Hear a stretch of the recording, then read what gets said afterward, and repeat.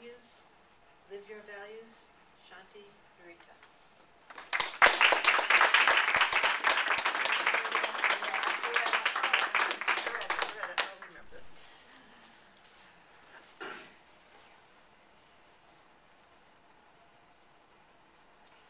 Contest chair, fellow Toastmasters, guests.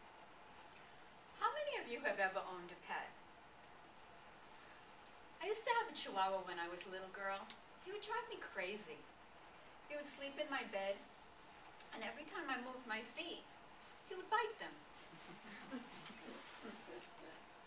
You know, the funny thing is, not once did I think of kicking him out of my bed. The things we do for our pets. We love them. We are so kind, so caring, so compassionate to them. We would do anything for them. We even make them part of our families. And we go to such great lengths to care, comfort, and even sometimes rescue at the risk of our own lives. But why do we love only certain animals? Some we would do anything for, and some we don't give a second thought to. Why do we call some animals pets, and some we call food? Consider this. If we saw a dog or a cat being abused, we would immediately call the police and have the abuser arrested, like Michael Vick. But we don't do that with the animals we call food. Why do you think not? Is it too hard to face? Do we not want to think about it?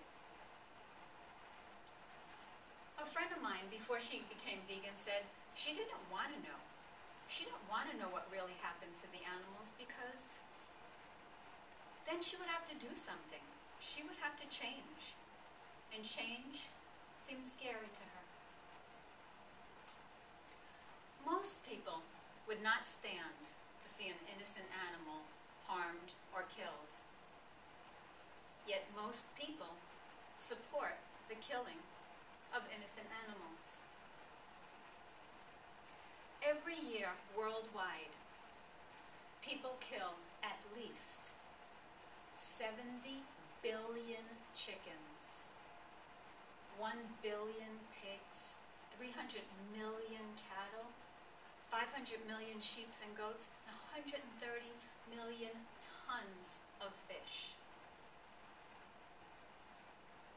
Is this number of death really acceptable?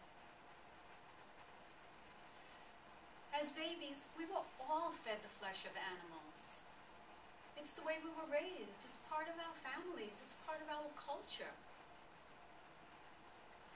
But not once did we stop to question. We can question now. Do you think after visiting a slaughterhouse and seeing the pain and the terror that we inflict upon our animals, you would ever eat meat again?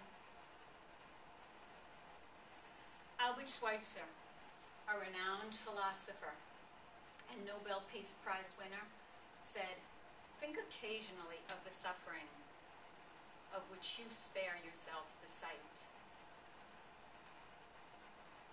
It's time that we question.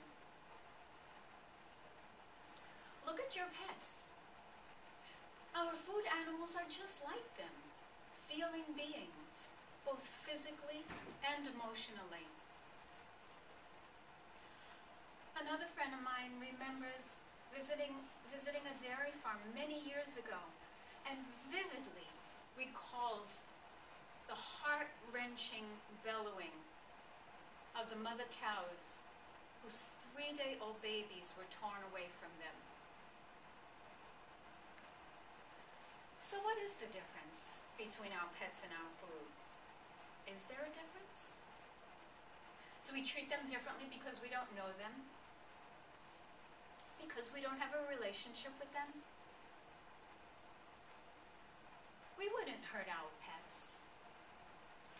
But yet, because of our choice to eat meat, we contribute to a massive amount of suffering and killing. Please, consider a change to a plant-based diet. Extend your circle of compassion to all animals, not just your pets.